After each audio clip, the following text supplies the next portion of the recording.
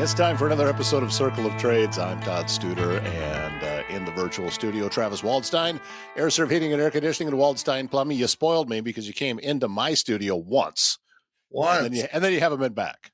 Well, I don't want to ruin a good thing. I'm not coming to start picking stuff apart. Look at the Amish carpentry. Make fun of the painter a little bit. Oh, come on! Look behind me. Is this not starting to look pretty cool?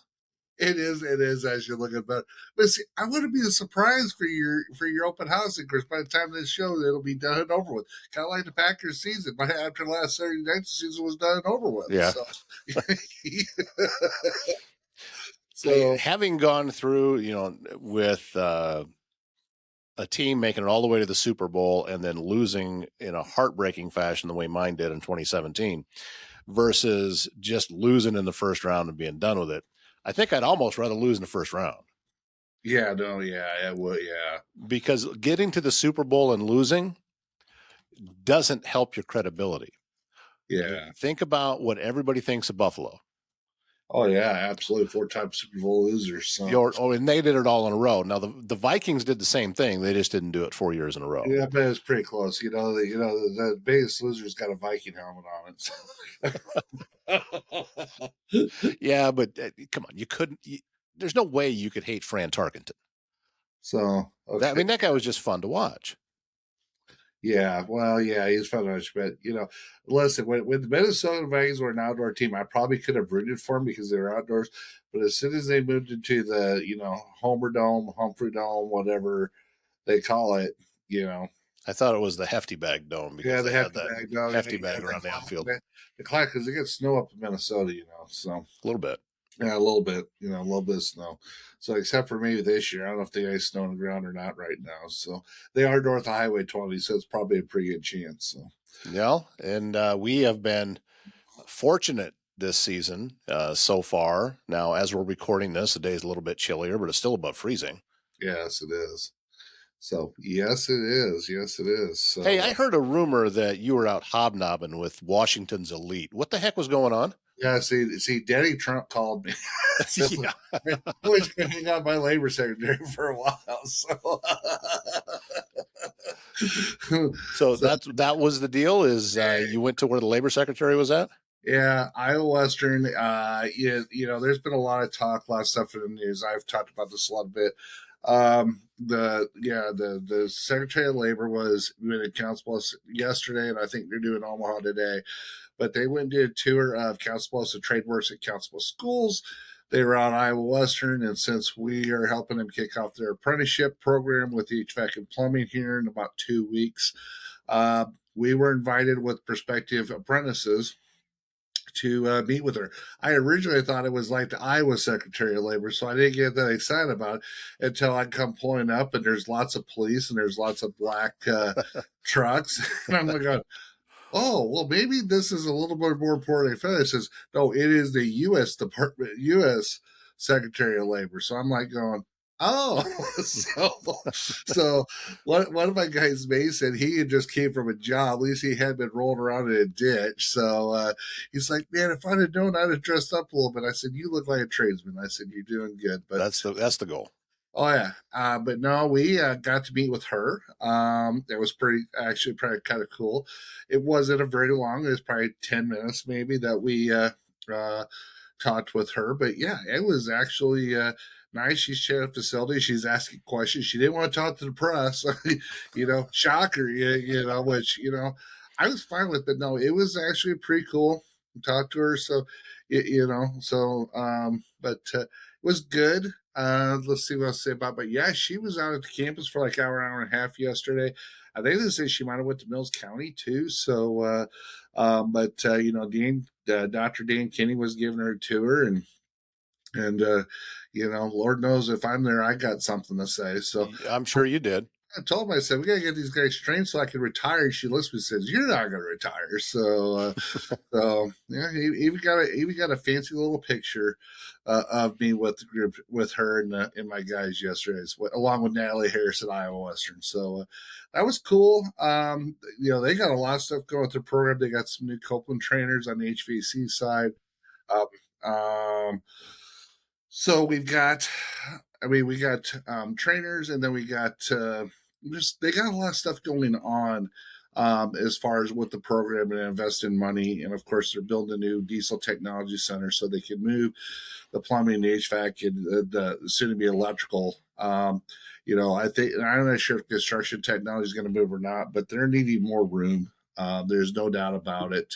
Mm-hmm. Over there, but it's exciting to see. I mean, it's like, man, this is cool. This is like, I'm very happy to see what they're doing. And, and I say this, but if you're a contractor in Southwest Iowa and you want to, jump on board and have some say with the newer apprenticeship program and see what they're doing, definitely would encourage you to get involved. I don't want to be the only one, and I know their goal is to kind of get all the apprenticeship under one roof. Of course, there's a lot of people they've been doing it longer, but to me, the FaceTime in the classroom, and for them to be able to and monitor but administer is very important. So they've been very accommodating to work with so far, and very, very excited to see that, hey, this is gonna happen. So well, I know that, and we've talked about it before, that after that bond issue passed, the next morning the heavy machinery was out there on the property. And I have not talked to Dr. Kinney since this went down.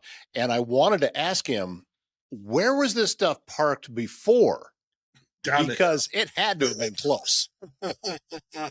It was across the street, where they're building a new data center. Yeah. It was up on the hill. They were just waiting for the bond to move it over. They had it covered up with some brush just so nobody could see it from the road. Yeah, but if you've been by that area in Highway 6, you're going up towards Iowa Western on where the radio tower is on the south side there of that. That's where their diesel technology program and their truck driving program, which I really like their truck driving program. I would definitely encourage you, if you have not been through it, go through it. If you're driving heavy equipment or anything, you need to carry a CDL.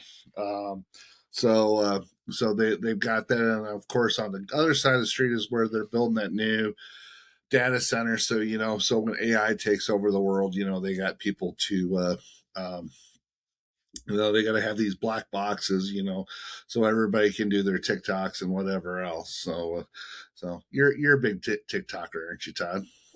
No, not me personally, but we have the ability to help people do that here. So I've heard that. Yeah, I've heard that. I can make a big enough fool myself without having to have a machine do it for me. Oh, maybe it's made me look good. I don't know if you can do that either. So, I do it every week, dude. Well, somebody's got to do it.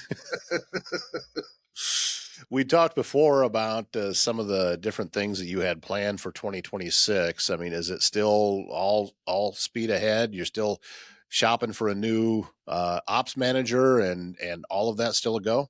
Yeah, realistically, we're compiling resumes. I'm going to be gone. I'm going to be gone for a few days in January. So compiling resumes now. And then after I get back first week of February, we need to get serious on it. So yes, with that within our office, and just, when you talk about business, I talked about looking at things. We've looked at some stuff now, which I'm pretty excited about. Now it's kind of like putting a plan into place to, put some of these actions into motion and some things we need to do. We may not have the people in place yet. I think we have to take a look at the people I have in seats and what we can spread out. Need to have that conversation, but before it gets busy, because if you can set into place now, it'll make it easier if you've been doing it for a while when you get busy. And the whole thing is, when you get busy, making sure there's the accountability is still there and we're doing it. I don't care if it's your business, the customers or financing or whatever else that it is. So no, I'm very optimistic for where we are. I think we got a much better plan. The workload that I've got already that I'm looking at for this year, I mean, it's like the calendar switch, or like Christmas came and it's like, man, the money tree must have shook or something. So all of a sudden people want to do stuff. It's like that, or the bankers had to work between Christmas and New Year's and said, okay, let's get some stuff moving. I don't know what it is. I know interest rates are down. I know fuel's get to be more for fuel. Shoot, I filled for what was it? My diesel truck. What was I right at $3 the other day, or 2.98 Hmm. or so? So diesel's under $3 right now. Gas is 2.15. I think I saw the other day, and Well, now there's a big, big difference where we live from the Council Bluffs side to the Omaha side. uh, And I don't really understand it because it used to be flipped the other way and now it's not. And I think when I saw it this morning, because I was out there this morning, it was 259. well, So, that I mean, so that you're talking about over a 40-cent difference for, not that far away. yeah. Hey, listen, it's the premium tax that you get to pay for for the premium living in the bougie neighborhood. Yeah, I figured it just had to do with somebody trying to pad the NIL money for the University of Nebraska. Well, well, they're gonna manage to screw that up anyway. I mean, so, but yeah, it's gas prices are mean. They're talking about some parts of the country they're still $4 or $5. They're not around here, which who knows what the forces are on that, but it all helps. I mean, what if prices stay low, if you can get interest rates down and fuel stays low, it does make it easier because you're not dumping all your money in the fuel tank, or it allows you to spend more money. It allows us to limit having to raise prices if stuff stays low, or stays affordable. That's kind of a huge thing. So How long does it have to stay lower before you start to see a difference on equipment cost and material cost, like units that you're bringing in? Because lower fuel prices means it doesn't cost as much for them to ship it. yeah, So, but I would think that that's not going to be an instant change. I I've would think. well, I will tell you, my October bill about maybe had a heart attack. Between the HVAC levels on it, I was like, okay, we need to have a discussion about this. And then my November bill is better. Shoot, I saw my December fuel bill the other day, 2 days ago, and I'm like going, whoa, what happened here? I said, we're still out running service calls. We had a good month in December, but the numbers weren't. They were actually surprisingly better.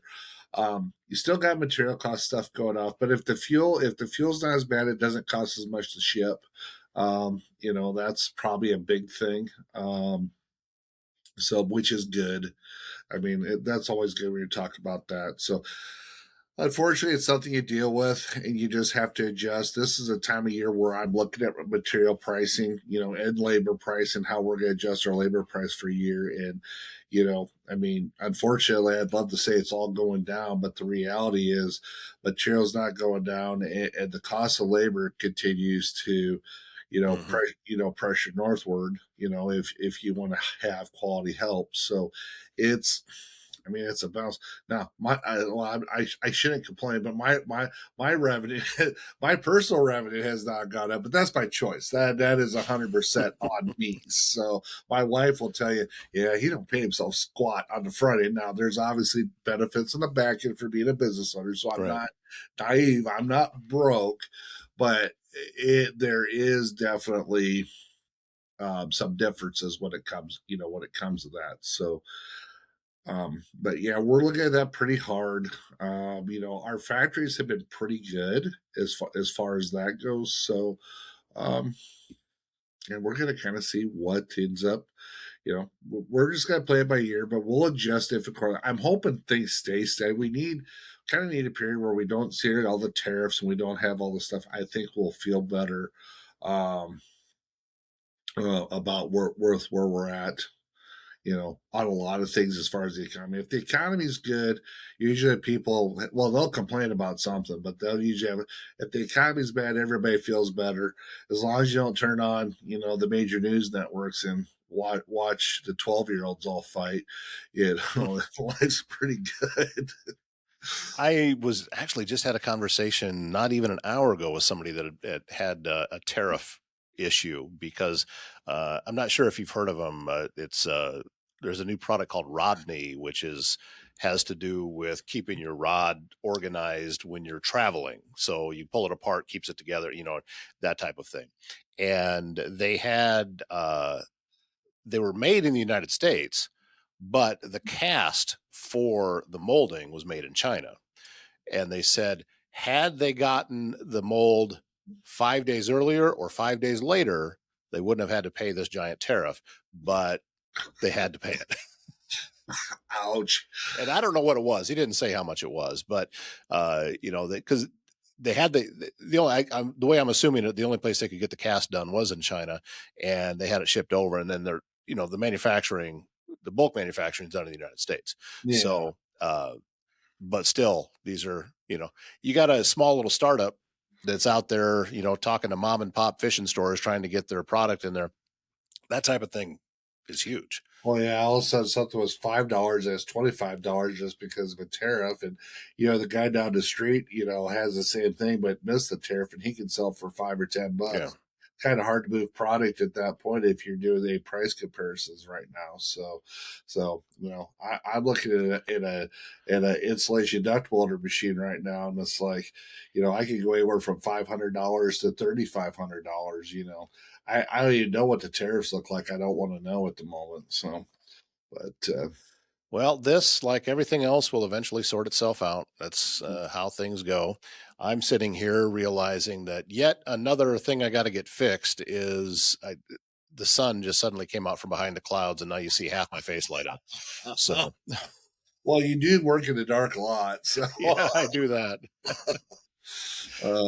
So we're still dialing things in here before our open house, which as we're recording is where are we at now? About 2 hours away. 2 hours. Good night. Sure. I'm not ready. Yeah. Were you ever gonna be ready? No, that's the thing. And I'm a believer in, if you know what you need to do, then do it. And don't wait until the perfect time or that the stars align and everything is just sunshine and rainbows. Just do it. Mm-hmm. And make adjustments as you go along, and that's what's happening here today. Mm-hmm. Yeah, and I think there's a lot of stuff going on Council Bluffs right now, and just in the area. So, New Year, of course, government's getting back into session with state legislature and stuff. So there'll be all the city issues. Of course, we've always got the social. And all you got to do is go to X or turn on the news, like I said, to watch that. But need some positive vibes. I know it's been cold today, but hopefully we can keep the positive vibes going into 2026. But so far so good. So well, we'll keep crossing our fingers about that. Both of our football teams are done, so we can. Football season's over. I just need the Bears to lose now, and I'll be a happy person. So I don't know if I've ever heard you talk about. Oh yeah, I have too. You're a Cubs fan. I'm sorry, I was trying to think of your baseball. I am a Cubs fan. Yes, I grew up a Cubs fan. Yeah, I had to admit when I was going through high school because it was in the mid '80s. At that time when they had the Super Bowl shuffle. But then, after that, the Bears kind of fell apart. They're kind of like Nebraska football after the late 80s, early 90s, they kind of fell apart. Oh, wait a minute.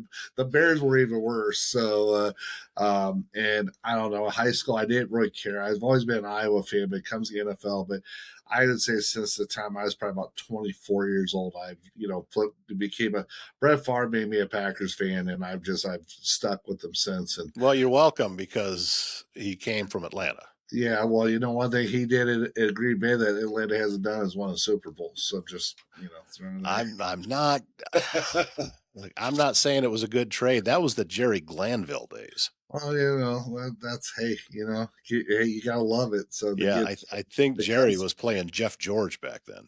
Oh God, head on.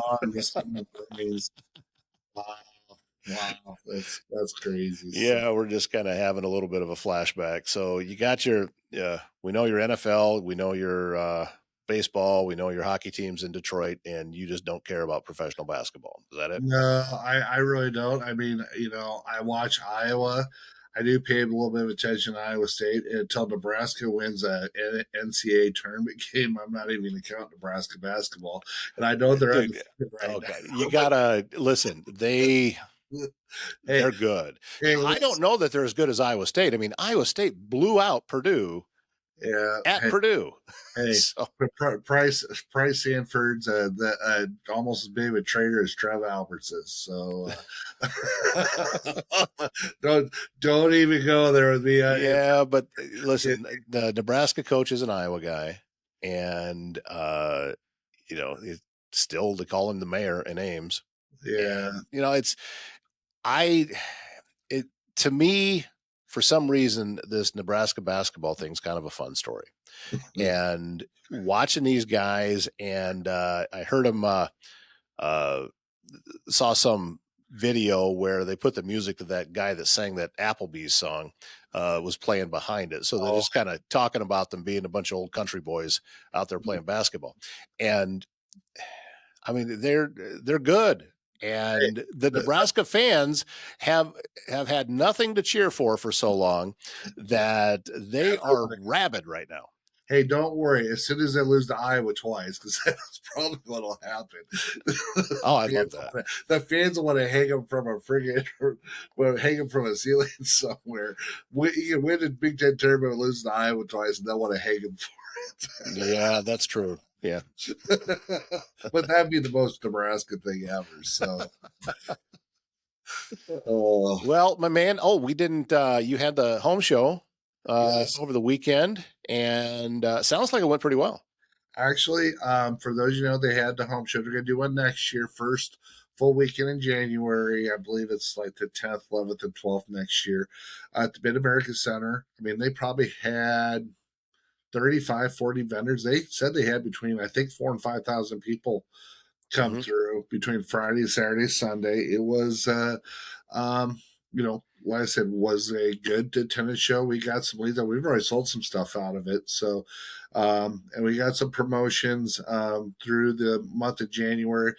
We got a basic furnace and AC promotion. We got a water heater and tankless water heater and softener promo as a combi, and then we have a base, what I call basic bathroom remodel. So if somebody's interested in getting one of them, we'll be honoring the pricing on them in the month of January. Like I said, it's pretty much it's kind of we're just swapping out equipment for equipment. If we have to do any upgrades or code requirement stuff like that, that would obviously change stuff. But if a person's wanting to get something done, it is a good time, and you know, to pleasantly, very pleasantly surprised in how well the show went, and it didn't cost anything for the public, so Was it expensive for the vendors?